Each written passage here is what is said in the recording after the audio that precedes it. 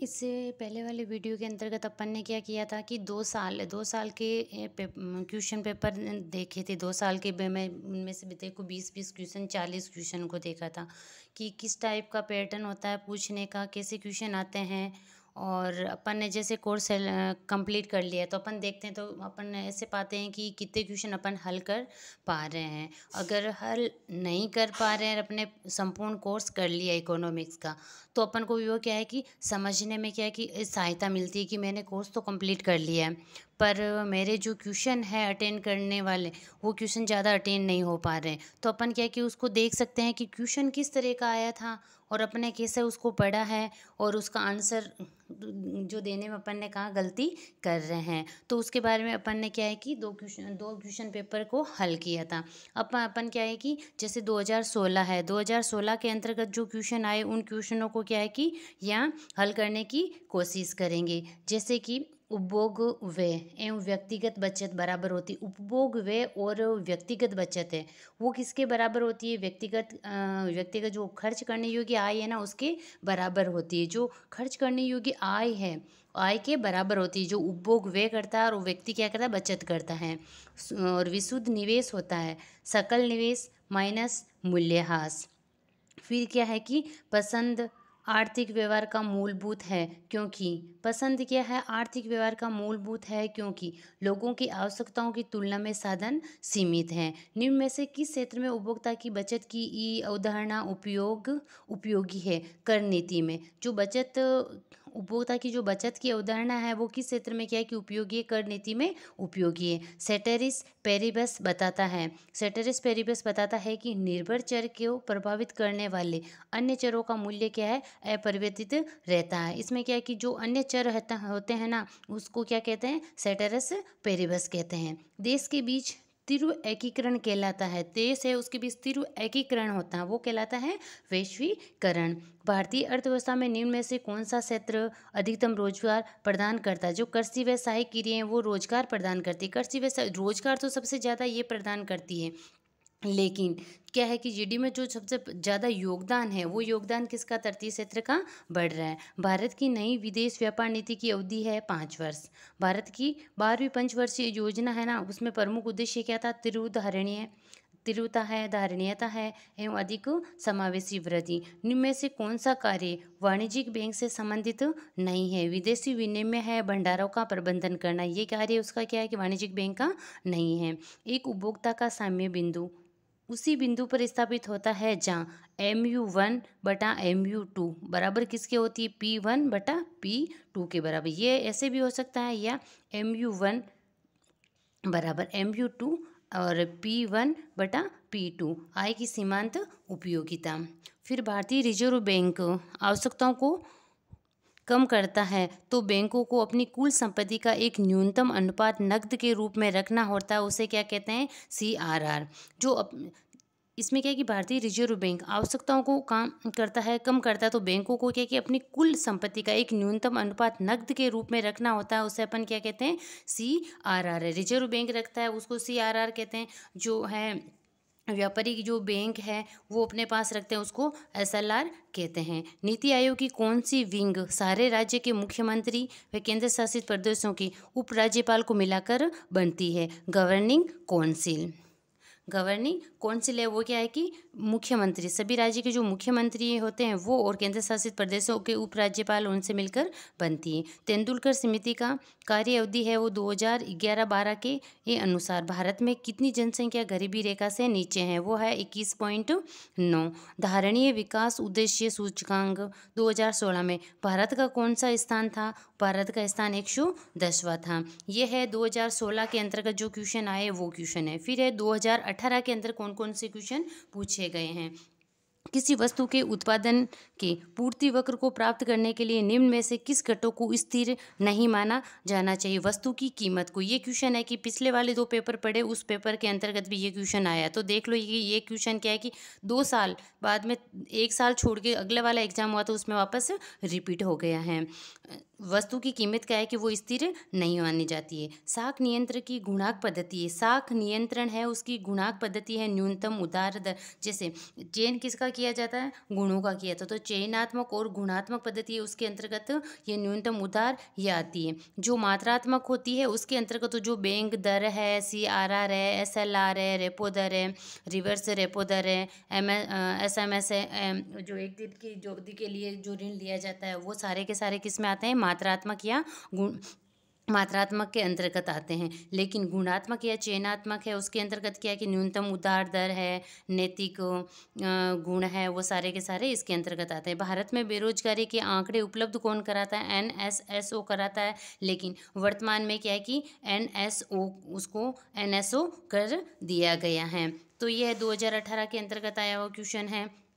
और अगला क्या है कि साधन लागत पर शुद्ध राष्ट्रीय उत्पादन बराबर होता है बाजार मूल्य बराबर NNP माइनस अप्रत्यक्ष कर प्लस अनुदान। तो मैं इसमें यही बता रही हूँ कि जैसे कि जो इंग्लिश में जो हिंदी में अच्छे से नहीं समझ पाता, जो इंग्लिश वाले क्वेश्चन आते हैं ना, उसके अंदर का जो ऑप्शन दे रखे हैं उन ऑप्शन को पढ़कर अपन आसानी से इस क्वेश्चन को हल कर सकते हैं। निम्न में से कौन सा किस देश के लोगों को आर्थिक कल्याण को दर्शाने वाला एक सूचक है? प्रति व्यक्ति वास्तविक आय। निम्न में से किस विशुद्ध राष्ट्रीय उत्पादन में सम्मिलित नहीं किया जाता है? मूल्यह्रास है, उसको क्या है कि राष्ट्रीय उत्पादन में सम्मिलित नहीं किया जाता है।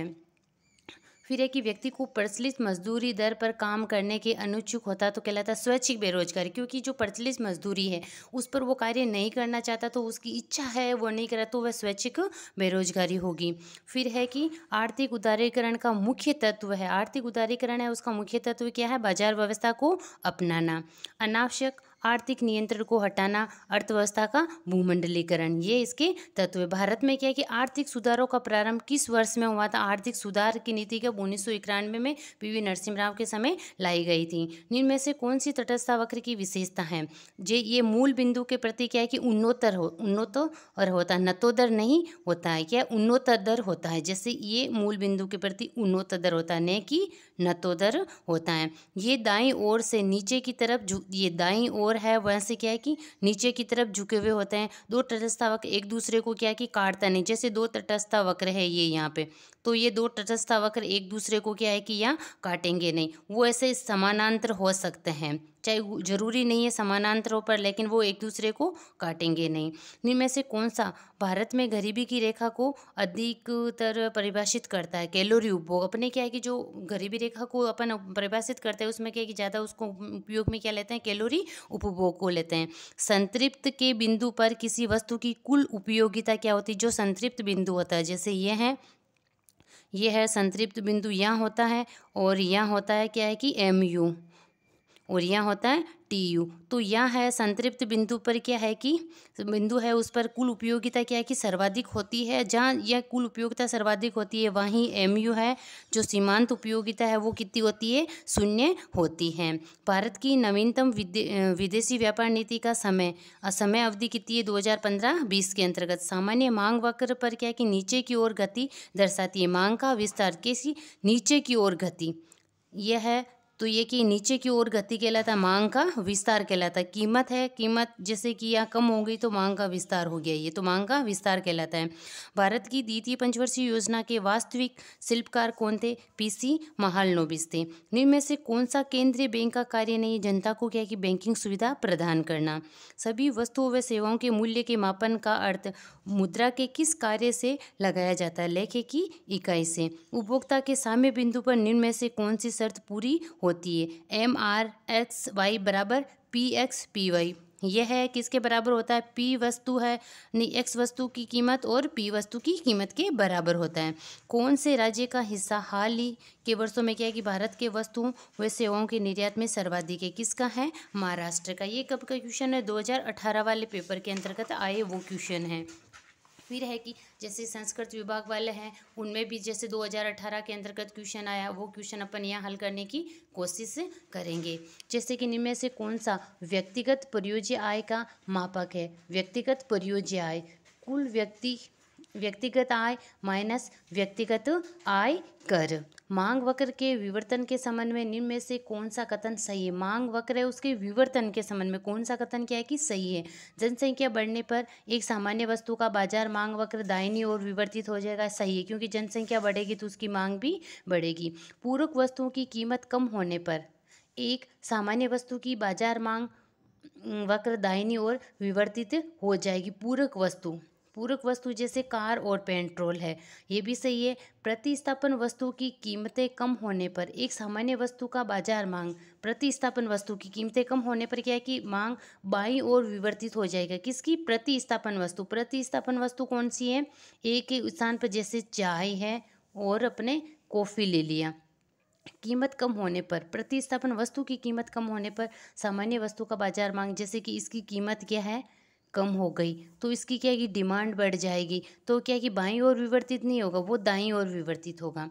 चालू कीमतों पर राष्ट्रीय आय की अपेक्षा स्थिर कीमतों पर राष्ट्रीय आय कम होगी कीमतें बढ़ने की अवधि के दौरान। उदासीनता वक्र विश्लेषण में उपभोक्ता के संतुलन पर पहुंचने के लिए निम्न में से कौन सा कार्य मुद्रा के लेखे की इकाई को बताता है? जैसे मुद्रा अपनाने के एक सुविधाजनक माध्यम है। एक उपभोक्ता संतुलन में होता है जब वह अपनी आय खर्च करता है, सम सीमांत उपयोगिता सिद्धांत के अनुसार करता है ना, तो वह संतुलन में होता है।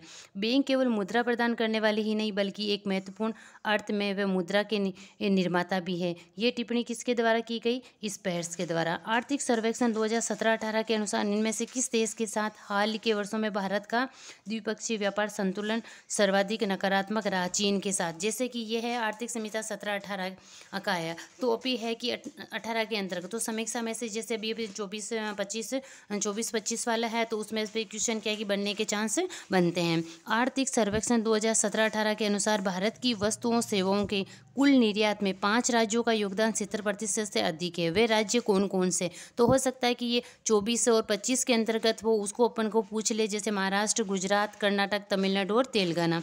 वैधानिक तरलता अनुपात में व्यापारिक बैंक अपनी कुल परिसंपत्तियों का एक निश्चित प्रतिशत तरल रूप में रखता है। वैधानिक तरलता अनुपात में है ना, कुछ प्रतिशत अपनी निश्चित क्या है कि प्रतिशत में अपने पास रखता है। वैश्विक स्पर्धा असलताओं को मापने हेतु वर्ल्ड इकोनॉमिक्स फोरम द्वारा कितने प्रश्नों का प्रयोग किया गया? 12 प्रश्नों का। किसने गरीबी रेखा के संशोधित अनुमान में स्वास्थ्य शिक्षा के उपकरणों का प्रयोग किया? डॉक्टर महेंद्र देवे एवं CR। उसने क्या है कि मानव गरीबी से संबंधित अवधारणा दी है। योजना अवधि में क्या है कि निम्न में से किस वर्षों में भारत का व्यापार संतुलन देश के पक्ष में रहा है? 1972-73 के अंतर्गत रहा, 76-77 के अंतर्गत रहा, और वर्ष में व्यापार संतुलन। और अभी भी जैसे आर्थिक समीक्षा है आई, उस समीक्षा को आप पढ़ोगे तो देख लो, एक ही आर्थिक समीक्षा में से क्या है कि उठा लिए, उसने 3 क्वेश्चन उठा लिए। तो जो अभी है, तो अपनी जो आर्थिक समीक्षा वो क्या है कि इसमें इम्पोर्टेंट होती है। उसको आर्थिक समीक्षा को आप अगर पढ़ोगे तो इकोनॉमिक्स है, उसके कम से कम 2 या 3 या 4 क्वेश्चन तक उसमें क्या है कि वो उठा सकते हैं, क्योंकि करंट से संबंधित भी आ सकते हैं। और अपने इकोनॉमिक्स में ये टॉपिक है, फर्स्ट पेपर और सेकंड पेपर दोनों में होता है, तो दोनों में मिला के first paper, second paper, current और इन तीनों को मिलाकर अगर आर्थिक समीक्षा है उसको अपन कंप्लीट कर ले अच्छे से, तो उसमें कम से कम आपको क्या है कि 4-5 क्वेश्चन देखने को मिल जाते हैं। 5 क्वेश्चन मतलब यानी 10 नंबर। 10 नंबर क्या है कि मायने रखता है, 2 नंबर भी ज़्यादा मायने रखते हैं, लेकिन ये 10 नंबर की बात है। इस प्रकार अपने क्या है कि इकोनॉमिक्स के 10 से लेके 18 तक के है जो क्वेश्चन आए हैं, वो क्या है कि अपन ने देख लिए। अब अपने पास 2 क्वेश्चन पेपर और बचे हैं, 22 वाला बच्चा है और एक संस्कृत विभाग वाला 24 का हुआ था, वो बचा। जो 2 क्वेश्चन पेपर और है, तो अगले वीडियो के अंतर्गत मैं क्या है कि वो क्वेश्चन है पेपर भी आपके सामने क्या है कि उसको भी हल करवाने की कोशिश करूँगी।